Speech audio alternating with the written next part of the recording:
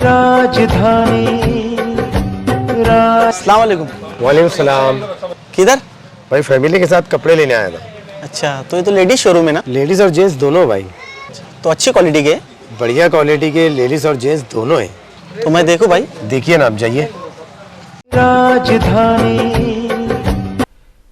27 अप्रैल 2023 को कुसुम्बा शहर से कुछ पहले चौगांव नामी देहात के पास मालेगांव शहर के एक नौजवान की दर्दनाक हादसे में मौत वाक़ होने की खबर से शहर में गम की लहर फैल गई।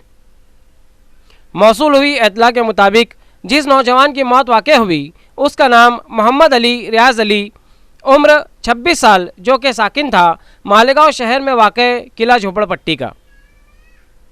हादसा होने के बाद मोहम्मद अली को शहर के एक निजी अस्पताल में दाखिल किया गया, जहां डॉक्टर ने उसे तफ्तीश करने के बाद मुर्दा करार दिया, जिसके बाद लाश को बगैर से पोस्टमार्टम मालेगांव के जनरल हॉस्पिटल में लाया गया। इस मामले में मज़ीद मालूमात का इंतज़ार है। इस न्यूज़ में फ़िलहाल इतना ही। मिलते हैं अगली न्यूज़ के साथ। ऐसे ही देखते रहिए जाग मेरे शहर न्यूज़ चैनल।